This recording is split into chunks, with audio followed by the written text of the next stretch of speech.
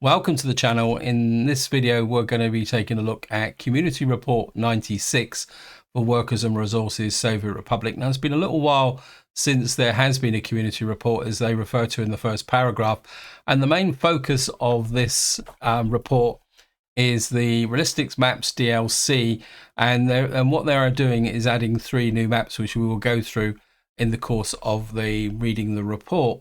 Now, before I get started, I want to give full disclosure in the sense that I'm not the greatest fan of pre-built maps. Simply, especially when you play realistic mode, there is a kind of implied challenge in the sense that where you start and where you can actually build up your economy from. So when I actually look at the maps individually, I'm going to review it. I'm not going to review it for accuracy because I don't know the areas well enough to actually do that. But I will kind of review it from the perspective of gameplay, where I would start and what the terrain looks like. And that will be primarily from a realistic point of view, unless I see something that I want to mention. Anyway, so let's just get straight in. It says, "Greetings, dear comrades of the Soviet Republic and fans of our games worldwide. It's been some time since the last update. It may seem we stepped back from these reports after the 1.0 release, but rest assured, we have been using the summer to recharge and plan. We are preparing for new content to enhance the gaming experience." I think the key word there is to recharge and plan. Now, I know from personal experience from working in the software industry that the run up to a major release is always very intense. You tend to work long hours, and when it's delivered, there is a very intense feeling of burnout, and you want to just stop and just do anything rather than looking at code and thinking about that update. So I can quite understand the devs' point of view saying that they needed to recharge. And of course, the planning stage is also quite important, because there's this anti-climax after you do a major release, and then everyone sits down and says, well, what are we going to do now? And that is a very important time, especially with respect to launching games, to kind of sit back and reflect and think, well, where do we want to go from here? Anyway, we're going to move down to the next paragraph. This is in the previous update, report 94. We teased the Realistic Maps DLC. It will include maps from Eastern Europe, UK, France, and others. Today, we're excited to introduce those other maps. Each other offers a unique challenging gameplay opportunity. So what we've got here is a kind of a picture. I actually quite like it. I was looking at it before I started, and I mean, it is a combination of existing stuff, because you've got the monument here with the lakes and the statue at the back there. So moving down, it says, first up, Austria, which is a landlocked country with narrow mountains and fertile lowlands. Imagine transforming cities like Vienna, Innsbruck and Salzburg into bustling Soviet hubs. What I'm going to do is, before we look at the map, I'm just going to look at the pictures here. What I want to do is take a look at this, but I want to emphasize that this is with my realistic game hat on, and I'm looking at it from the point of view of a realistic gameplay. Now, the reason I'm emphasizing that is, if you look at this town, it's got all the buildings which are available on the map editor. These buildings seem to be immune from maintenance when they're actually not powered. I don't know if that's a deliberate mode, but these buildings don't collapse. But any features, like I was mentioning up here, will be subject to wear and tear if you are playing with maintenance enabled. So what I'm kind of looking to see if there's any features in these maps that have got fountains. I mean, it's not a big deal if you play, because if any of you follow my current series, my early start series, I've got ports collapsing and fountains kind of collapsing on towns which I can't get to. Yeah, I quite like the layout of that there. And the last one, I think this is just the other town from a point of view. The other reason I'm looking at these is where locations to put shops and things like that. So you've got a nice intro there. Anyway, let's just get back to the map. Now, this is Austria. Now, to be honest, I'm not going to embarrass myself to try and put the location of Vienna and Innsbruck on. I think Vienna is up roughly in the top right-hand corner, but correct me if I'm wrong. This looks quite an interesting map, actually, because we've got what you would call the Alps running in from here, running up to Austria. Yeah, so this map, this on the left-hand side must be Innsbruck, because Innsbruck is in the actual Alps, isn't it? It's going to be a very small, compact map, and the takeaway I get from that is, if you're looking for a short game to be able to build things up quite quickly. Now, a key issue will be positioning of the resources. I'm just trying to think, where would I start? you probably would start on up on this right hand side here because it's near the border. And there's also another town in the center that's near the border because, of course, when you're starting on even on a populated map, you've still got to consider your connections, especially in 1960. You can't build in the center of the map. But I think this is a very good map, actually, because all the main kind of population centers, you can work from the border connections. Yeah, I'm liking that. So we're just going to move down now. It says, next we explore the Czech Republic. It has a historical link to Slovakia due to the Soviet influence.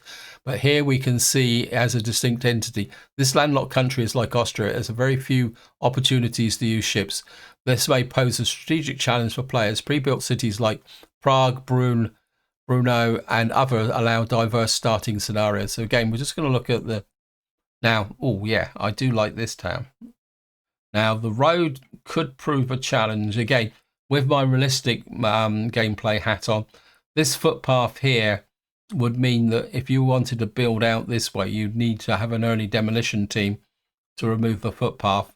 But I quite like this. I like the layout. The only possibility is that you may struggle to get full coverage with a shop or your main key facilities like shopping centres and all that. You may, in fact, you probably would have to come in and do a little bit of adjustment that way. Go to this one. Oh yeah, this is a mountainous area. And one thing I do like about these maps that have been created, and I'll take my hat off to the person who actually created this, they've really been able to bring the terrain alive. And to be honest, I wish I could do that in some of my maps. But of course, this is a picture of a customs post where the border's been switched off. So this is a small customs post there. And then what we got here is this another town. Now this town's a bit more interesting because it's got the mud footpath, so you've got a bit more flexibility. More importantly, in the center here, there's a little bit of a gap to be able to put in some shopping mall or something like that as well. So we're just going to go up and take a look at the map. Now this one is interesting because the main towns are actually some distance away from the border. What I'm looking to see is whether there's actually rail links, but I'm not seeing any. But it can be sometimes a bit difficult to see about the rail links here. I would say that the starting locations from here, especially in realistic mode, would be probably the right-hand side here. There's quite a nice big town here that you could work with. Alternatively, top center here. The two in the center will be quite difficult to reach. In fact, I can actually see in the background, I think there's a fountain there, and this is Prague. And actually, I think the giveaway is the cursors over here. So I'm assuming that this is Prague here, because I know Prague's a city of two sides over a river, because I think, is it over the Danube? Now, that would be an interesting challenge to build that up as a working city. So we're going to now move down, and it says, finally, we take an imaginative leap with the eastern US, featuring areas like Washington, D.C. and New York. The Soviet Republic might strain historical imagination, but the map's diverse landscapes and reimagined monuments promise a unique, fun experience with this map and offers quite a diverse topography. Oh, fumbled on that one. So this is the eastern seaboard of America. Again, we'll just take a look at the pictures first. Oh, I like that. That's pretty cool. The only, again, so apologies, but with my realistic hat on, the only thing I can see with this is the fact that it will probably collapse eventually because you won't be able to maintain the monument because there's no actual external connection unless you put a kind of bridge in on that side. Oh, I like this. This is quite a nice little farming village here. Lots of potential. And then again, they've got this really impressive terrain, which I would dearly love to be able to reproduce on my maps. I just can't seem to get that edge. It's probably the result of hours of very detailed work. So what we'll do is just take a quick look at the map. Now, I'm looking at this. I think isn't Washington at the top of the Pontiac River? But I'm assuming that this cluster here is meant to represent Washington, D.C. Although we do have the cursor over this monument here. So maybe Washington, D.C. is like a big area here. Because this is like buildings in the background and it says Washington, D.C. and kind of up about here. which would be a little bit closer. In fact, that would be Washington, wouldn't it? Because is that the Pontiac River? So I'm not exactly sure what that would be. Anyway, so apologies, guys. It's just that it's trying to map this onto what I know about the eastern seaboard of America. I'm pretty sure that at the top is New York, because I think New York State comes in from the top here, doesn't it? And then New York comes down on this little island here. So the top area here is New York. That would be a very interesting start, actually, because it looks like there's a couple of border crossings, 3 border crossings quite close by. Again, I'm not seeing any rail links, but I'm kind of getting a feeling that the crossing there, which is the 3 squares across from the right-hand side of the map, looks like it's a very big crossing. So you'll be able to work back into New York there. This monument this far into the map will probably be in serious trouble if you were playing in realistic mode. There's lots of little villages here. I really like the mountain terrains there as well. The other thing I really do like as well here is this, where the depth of the water. I've never considered ever doing anything like this on my maps, where you've got deep water with the shallow water along it. So you kind of basically what you're showing here is the continental shelf. And I really do like that as a feature of the map. I know you won't see it when you're playing it, and I just like that attention to detail. I'll be completely honest, if I was to bought the DLC, and I'm only going to refer to these 3 maps, of the 3 maps, if I was going to play realistic mode, I would probably play the US, Eastern US, mainly because there's a little bit more options and you've got an ability to build a kind of close-in powerhouse here. In fact, the kind of part of me, so actually, just going to have a look in here. I think I would actually be tempted to do this map as an early start in 1900 and really build up New York and Washington from 1900. But anyway, that's just me rambling. Don't worry about it, guys. What I'm going to do now is just finish off. These are a few highlights from the Realistic Maps DLC crafted with care by our dedicated map editors. We hope you will find these new environments both challenging and enjoyable. You're not kidding when you're saying that these guys know what they're doing. So just looking ahead, we plan to adjust the focus of our reports with fewer updates needed after the release. We would like to enrich these reports in other ways. It's not that easy to fill them with development related content. Thus, we would like to include community highlights, in-depth guides, and more player-driven content. This change would help us to keep a strong connection with you and our players as our updates evolve. It would also help to promote and appreciate those who help our community.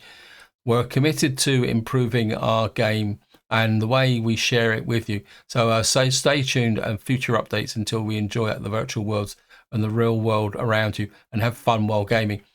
Yeah, I think that the community element's quite strong, and probably what I would like to see if they're going to go into more community engagement is possibly a community report which talks a little bit more about some of the really good quality mods that are available. I'm not expecting one every week or anything like that, but I think there are some mods which in fact, I'd go as far as saying there are some mods that really could do with being absorbed into the game. But I think if nothing else, it'd be really great if those mods were highlighted, because one of the things I often get people asking me in my comments on my series is, oh, where did that mod come from? And that's a really good mod. Who made it? So I think if the part of the community element was promoting some of the really good quality mods, I think that would be quite a big step forward. And that could also expand into some of the really good custom maps that are available in the workshop. I must admit, I check them quite regularly, and there are some really good maps in there. The problem is keeping up with the sheer number that are appearing.